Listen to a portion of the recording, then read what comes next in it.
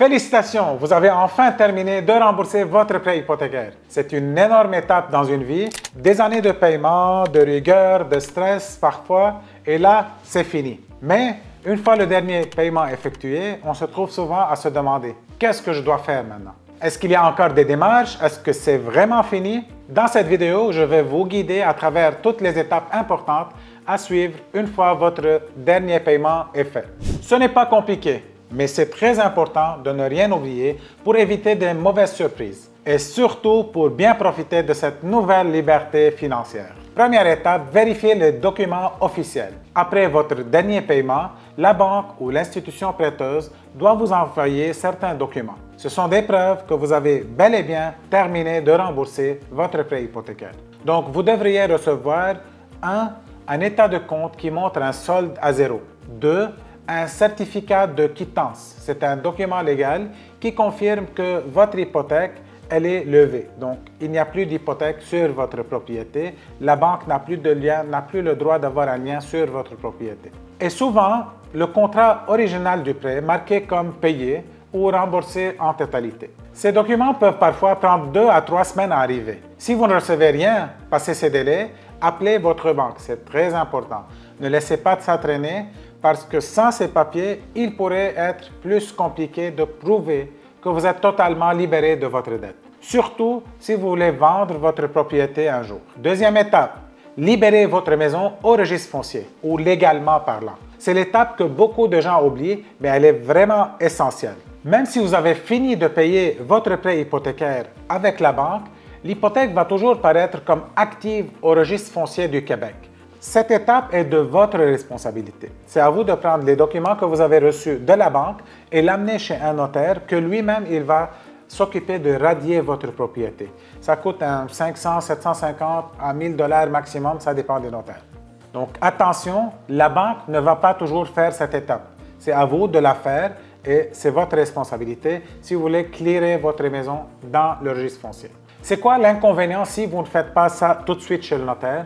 C'est que si on se projette dans 5 ou 10 ans de temps et que vous vendez votre maison. Une fois que vous vendez votre maison, le notaire doit s'assurer que cette maison elle est libre d'hypothèque. Donc c'est là qu'il va recommencer à demander à la banque ou à vous-même des preuves additionnelles pour prouver que la maison est vendue. On s'entend que 5 ou 10 ans plus tard, peut-être l'employé de la banque que vous connaissez n'est plus là, peut-être que vous n'avez pas plus cette preuve entre vos mains, donc c'est une recherche additionnelle, donc ça risque de retarder le processus. C'est pour ça que c'est idéal, une fois que c'est terminé, enregistrez-le, faites clairer votre maison, faites radier votre maison, ça va vous aider pour éviter des mal de tête plus tard. Étape 3, prenez contrôle de vos taxes et de vos assurances. Quand vous aviez votre hypothèque, il y a forte chance que votre banque gérait certaines de vos taxes municipales et scolaires ou d'autres paiements. Maintenant que la banque est sortie de l'équation, tout ça revient entre vos mains. Vos taxes municipales ou scolaires sont désormais envoyées directement chez vous. Il faut donc s'assurer que vos coordonnées sont à jour auprès de votre municipalité et que vous êtes prêt à gérer ces paiements. Pour l'assurance habitation, contactez votre courtier ou votre assureur pour retirer la banque du contrat. Elle n'est plus le créancier, donc elle n'a plus à figurer sur votre police d'assurance. Et si vous profitiez d'un avantage fiscal lié à votre prêt hypothécaire, comme déduction des intérêts, prenez le temps à parler à votre comptable. Ce genre de changement peut avoir un petit impact sur vos impôts, donc vaut mieux bien être informé. Étape 4. Redirigez votre ancien paiement vers un objectif clair. Vous aviez l'habitude de payer certaines sommes chaque mois à votre banque. Maintenant, cet argent reste dans votre poche. C'est donc l'occasion parfaite de créer de nouvelles habitudes financières. Voici quelques idées concrètes. Ouvrez un compte dédié pour vos taxes, votre assurance ou même les imprévus. Comme ça, tout est prêt quand les factures arrivent. Si vous ne l'avez pas déjà fait, pensez à investir dans un CELI, dans un REER. C'est une façon intelligente de faire fructifier votre argent et préparer votre avenir. Mettez de l'argent de côté pour des projets qui vous tiennent à cœur. Rénovation, voyage, retraite ou même un nouveau projet personnel.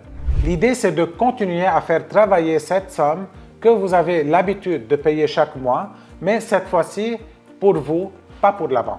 Idéalement, faites un retrait automatique de votre compte courant vers un compte épargne ou vers un CELI mensuellement pour le montant d'hypothèque ou même beaucoup plus que ça. Et comme ça va vous forcer à enlever cet argent de côté.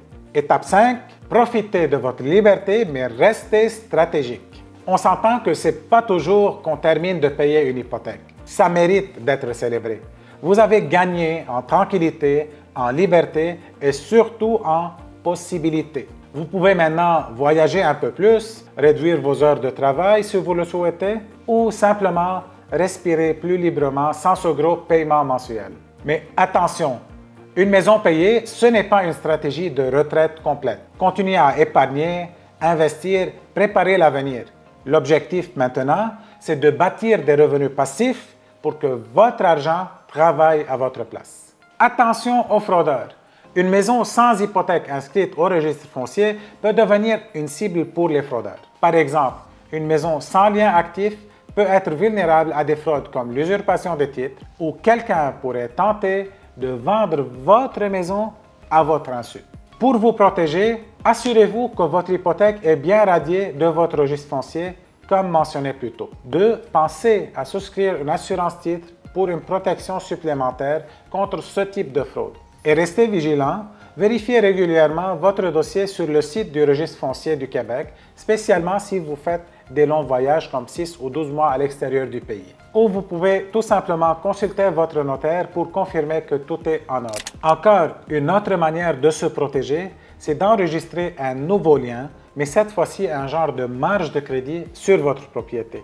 Je sais que je vous ai trop dit de s'assurer de radier la maison. Oui, c'est important car le prêt est terminé, mais maintenant on va vers une nouvelle chose. On va vers utiliser la maison pour aller encore plus loin. Une maison payée, c'est un actif puissant. Vous pourriez par exemple contracter votre marge de crédit pour financer des projets comme des rénovations, un investissement immobilier ou même un nouveau projet d'entreprise ou même le prendre et l'investir dans la bourse. Une marge de crédit bien utilisée peut devenir un outil pour créer des revenus passifs ou accroître votre richesse. Vous voulez en savoir plus sur comment transformer votre maison en levier pour bâtir une plus grande richesse? J'ai créé une vidéo complète à ce sujet. Retrouvez le lien dans la description juste en bas ou en haut ici. Consultez-la pour les stratégies concrètes. Et voilà, maintenant vous savez exactement quoi faire une fois que votre prêt hypothécaire est remboursé. Un petit rappel, vérifiez vos papiers, faites radier l'hypothèque, prenez en main vos paiements de taxes et d'assurance, redirigez l'argent vers des nouveaux objectifs et surtout, savourez cette liberté sans arrêter de planifier l'avenir. N'oubliez pas de me dire en commentaire qu'est-ce que vous allez faire maintenant que vous êtes 100% propriétaire avec zéro hypothèque. Et surtout, n'oubliez pas de vous abonner pour recevoir plus de conseils simples et concrets sur l'immobilier et la liberté financière au Québec et au Canada. Merci pour votre écoute. À la prochaine vidéo.